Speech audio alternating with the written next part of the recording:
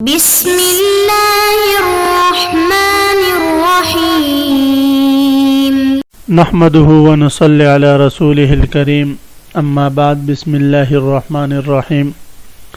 عزیز طلباء، آج ہم کنز الدقائق حصہ دوم سبق نمبر 152 شروع کر رہے ہیں۔ اس سبق میں ہم یہ پڑھیں گے کہ کن کن چیزوں سے صلح جائز ہے اور کن کن چیزوں کی طرف سے صلح جائز نہیں۔ تو مصنف علیہ الرحمہ نے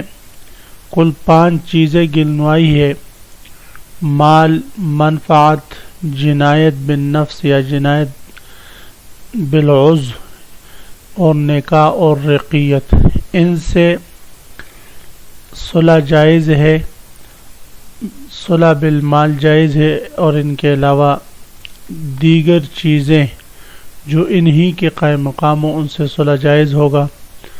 اور بعض چیزیں ایسی ہے کہ ان سے صلح جائز نہیں، جیسے کہ حد ہے، اس کا ذکر بھی مصنف علیہ الرحمہ فرمائیں گے۔ تو عزیز طلبہ، اس سے پہلے ہم نے صلح کی شرائط اور صلح کی 3 قسمیں، صلح بالاقرار، صلح بالانکار، صلح بالسکوت سے متعلق تفصیلاً پڑھا، اور اب انشاءاللہ انہی 3 قسموں کی روشنی میں مصنف علیہ الرحمہ آپ کو بتائیں گے کہ کن کن چیزوں سے صلح جائز ہے اور کن کن چیزوں سے صلح جائز نہیں۔ عزیز طلبہ، آتے ہیں کتاب کی طرف۔ سب سے پہلے ہم عبارت پڑھتے ہیں: فصل الصلح جائز من دعوی المال والمنفعة والجنایة بخلاف الحد ومن النکاح والرق فکان خلعا وعتقا علی مال۔ عزیز طلبہ، مصنف علیہ الرحمہ ایک نئی فصل کا عنوان باندھ رہے ہیں۔ یہ فصل ہے ان چیزوں کے بیان میں جن چیزوں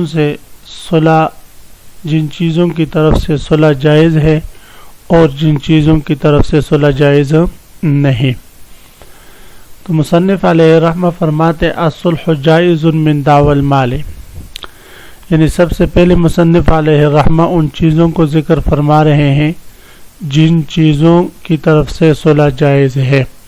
تو فرماتے ہیں مال کے دعوے سے صلح جائز ہے۔ مال کے دعوے کی صورت یہ ہے کہ زید نے عامر پر 10 لاکھ روپے کا دعویٰ کیا، اور دعویٰ کے بعد عامر نے زید سے کہا کہ ویسے مجھے تنگ نہ کرو، 1 لاکھ روپے لے کر مجھ سے مصالحت کر لو۔ تو یہ دعویٰ اور وہ مصالحت کے لیے تیار ہو جائے تو یہ صلح عن دعوی المال ہے اور یہ جائز ہے۔ یہ صلح بے کے معنی میں ہے، جیسے کہ ہم نے پڑھا گزشتہ فصل میں۔ تو لہذا جن چیزوں کی بے جائز ہوگی ان چیزوں کی جانب سے صلح بھی جائز ہوگی اگر اس میں مدعی اور مدعی کا اختلاف ہو جائے ملکیت میں۔ تو فرماتے الصلح جائز من دعوی المال، صلح جائز ہے مال کے دعوے سے۔ والمنفعت، اسی طرح صلح جائز ہے منفعت کے دعوے سے بھی۔ جس طرح مال کے دعوے سے صلح جائز ہے، اسی طرح منفعت کے دعوے سے بھی صلح جائز ہے۔ منفعت کی دعویٰ کی صورت یہ ہے کہ کوئی شخص دعویٰ کر لے کہ اس گھر میں 1 سال تک رہنے کی سکونت اختیار کرنے کا حق میرا ہے کہ میں نے فلاں شخص کو اس کا کرایہ ادا کر دیا ہے، یعنی مالک کو، اور وہ مالک فوت ہو چکا ہے۔ اب اس کے ورثہ اس کے ساتھ اختلاف کریں، پھر اب اگر ورثہ اس گھر میں اس کو نہ چھوڑے کہ کل یہ اس گھر پر دعویٰ کر لے گا، کچھ پیسے دے کر اس سے جان چھوڑے، مصالحت کر لیں، تو یہ دعویٰ عن المنفعت ہے، یعنی منفعت کی طرف سے دعویٰ ہوا اور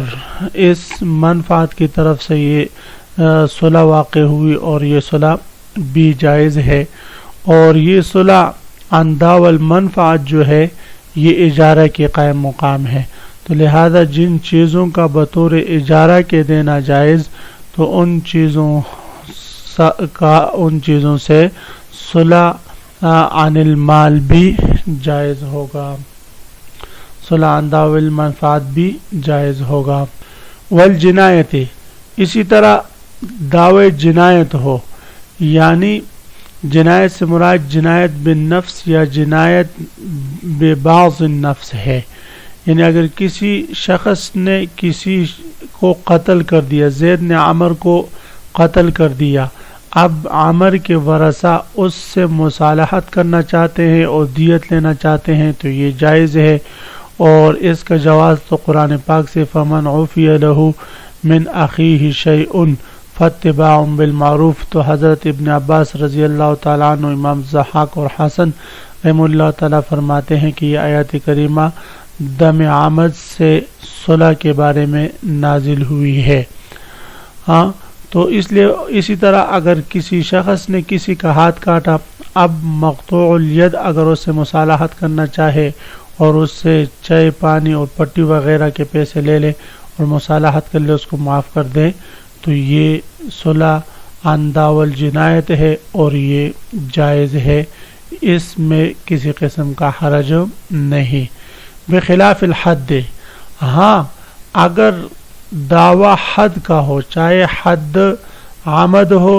قتل عمد کی حد ہو یا قتل خطا کا ہو، یا جو ہے شرب خمر کا حد ہے یا زنا کا حد ہے یا قاذف کا حد ہے، کوئی بھی حد ہے جو کسی قاتل پر یا کسی زانی پر یا کسی شارب خمر پر یا قاذف پر واجب ہو چکا، اور اب اگر وہ مقذوف جس کو حد لگنی ہے وہ اگر پیسے دے کر مصالحت کرنا چاہے تو حد کے بدلے مصالحت کرنا، حد کے دعوے کی طرف سے مصالحت کرنا یہ جائز نہیں، اس لیے کہ حقوق اللہ ہے اور غیر کا حق کسی کو ساقط کرنے کا اختیار نہیں۔ اس سے معلوم ہوا عزیز طلبہ کہ آج کل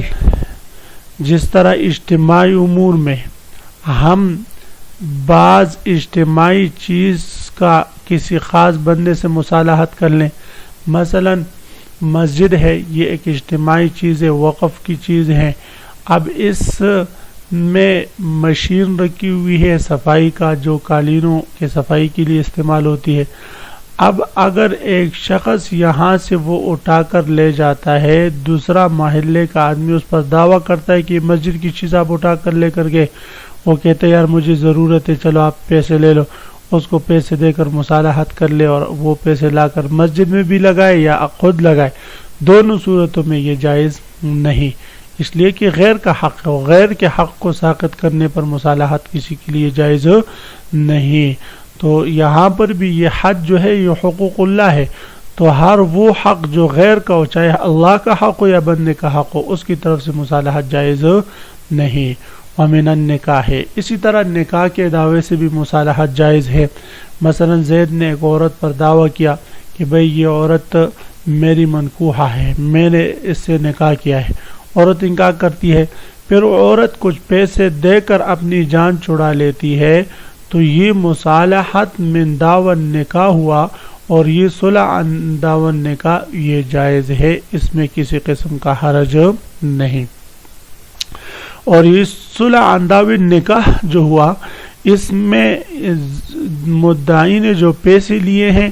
تو یہ پیسے لینا فکان خلعن، یہ اس کی طرف سے خلع ہوگا، گویا کہ عورت نے خلع کروا دیا اس سے، اور عورت جو مال دے رہی ہے یہ فدیہ اور یمین سے بچنے کے لیے ہوگا اور اس سے جان چھڑانے کے لیے ہوگا۔ والرق، اور اسی طرح رقیت کے دعوے سے اگر مصالحت ہو جائے تو یہ بھی جائز ہے۔ رقیت کے دعوے سے مصالحت کا مطلب ہے کہ زید نے دعویٰ کر لیا بکر پر کہ یہ میرا غلام ہے، وہ کہتے ہیں میں آپ کو غلام نہیں ہوں، پھر دونوں کے آپس میں مصالحت ہو جائے تو یہ صلح عن دعوی الرق ہے، تو یہ بھی جائز ہے۔ اور اس صورت میں اگر وہ پیسے دے کر آزاد ہو جائے گا، وہ بکر غلام جو ہے وہ آزاد ہو جائے گا، اور یہ ہم کہیں گے کہ یہ تک علی مال ہے۔ ومن النکاح، اسی طرح صلح آندہ ون نکاح بھی جائز ہے، والرق اور صلح آندہ والرق بھی جائز ہے، فکان خلعان پہلی صورت میں صلح اگر نکاح کے دعوے سے ہو تو یہ خلع ہوگی، وعتقاً علی مال اور دوسری صلح اگر آندہ والرق ہو تو یہ عتق ہوگا علی مال مال کے دعوے پر، رقیت کے دعوے پر۔ تو عزیز طلبہ اسی مسئلے کے ساتھ آج کے سبق کا اختتام ہوا۔ خلاصہ یہ کہ ہم نے ایک نئی فصل شروع کی جس میں مصنف علیہ الرحمہ ان صلح کے اقسام ذکر کریں گے کہ بعض صلح جائز اور بعض صلح جائز نہیں۔ تو سب سے پہلے مصنف علیہ الرحمہ نے فرمایا کن کن چیزوں کی طرف سے صلح جائز ہے اور کن کن چیزوں کی طرف سے صلح جائز نہیں۔ تو 5 چیزیں مصنف علیہ الرحمہ نے گنوائی ہے، مال، منفعت، جنایت اور نکاح اور رق، کہ ان سے کی طرف سے صلح جائز ہے اور حد کی طرف سے صلح جائز نہیں۔ حد سے مراد غیر اللہ کا حق ہے، غیر کا حق ہے، چاہے وہ غیر کا حق اللہ ہو یا حق العبد ہو، اس سے مصالحت جائز نہیں۔ جس طلبہ سبق کو خوب غور سے سنے یاد کریں۔ اللہ ہم سب کا حامی و ناصر، آمین، وآخر دعوانا ان الحمدللہ رب العالمین۔